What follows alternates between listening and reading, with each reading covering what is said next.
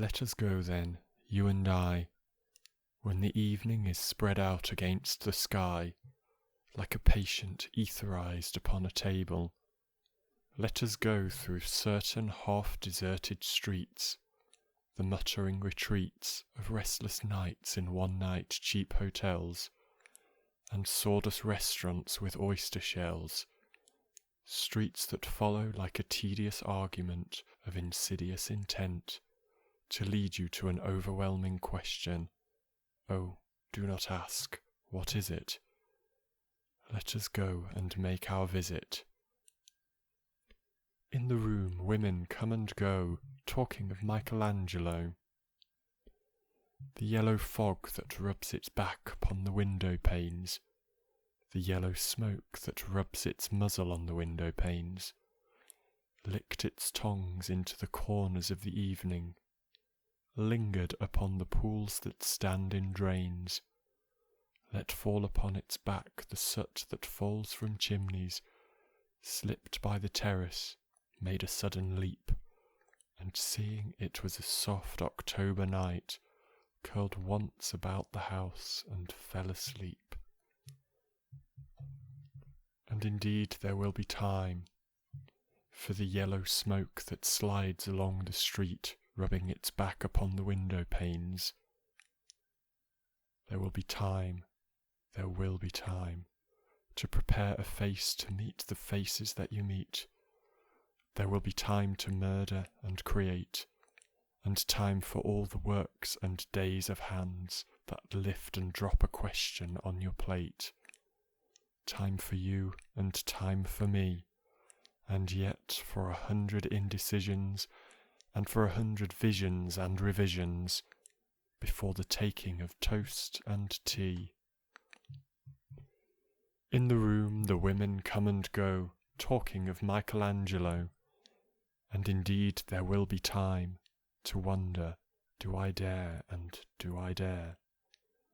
Time to turn back and descend the stair. With a bald spot in the middle of my hair, they will say, how his hair is growing thin.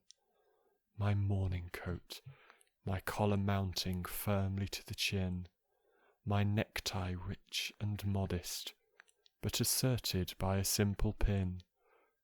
They will say, but how his arms and legs are thin. Do I dare disturb the universe? In a minute there is time for decisions and revisions which a minute will reverse. For I have known them all already, known them all, have known the evenings, mornings, afternoons. I have measured out my life with coffee spoons. I know the voices dying with a dying fall, beneath the music from a farther room, so how should I presume? And I have known the eyes already, known them all, the eyes that fix you in a formulated phrase, and when I am formulated, sprawling on a pin, when I am pinned and wriggling on the wall, then how should I begin? To spit out all the butt ends of my days and ways, and how should I presume? And I have known the arms already, known them all, arms that are braceleted and white and bare, but in the lamplight downed with light brown hair. Is it perfume from a dress that makes me so digress? Arms that lie along a table, or wrap about a shawl, and should I then presume? And how should I begin?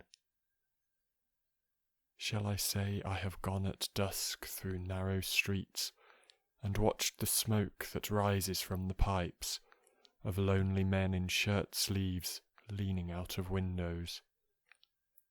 Should I have been a pair of ragged claws scuttling across the floors of silent seas? And in the afternoon, the evening sleeps so peacefully, smoothed by long fingers, asleep, tired, or it malingers, stretched out on the floor, here besides you and me. stretched out on the floor, here beside you and me. Should I, after tea and cakes and ices, have the strength to force the moment to its crisis?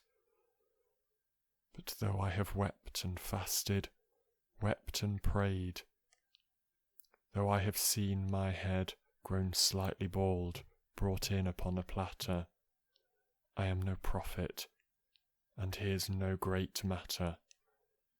I have seen the moment of my greatness flicker, and I have seen the eternal footman hold my coat and snicker, and in short, I was afraid. And it would have been worth it after all, after the cups, the marmalade, the tea, among the porcelain, among some talk of you and me. It would have been worth while to have bitten off the matter with a smile, to have squeezed the universe into a ball, to roll it towards some overwhelming question and say, I am Lazarus, come from the dead, come back to tell you all, I shall tell you all. If one settling a pillow by her head should say, that is not what I meant at all, that is not it at all. And would it have been worth it after all? Would it have been worth while? After the sunsets, and the dooryards, and the sprinkled streets, after the novels and the teacups, after the skirts that trail along the floor, and this, and so much more. It is impossible to say just what I mean, but as if a magic lantern threw the nerves in patterns on a screen. Would it have been worth while? If one settling a pillow, or throwing off a shawl, and turning towards the window, should say, that is not it at all, that is not what I meant at all.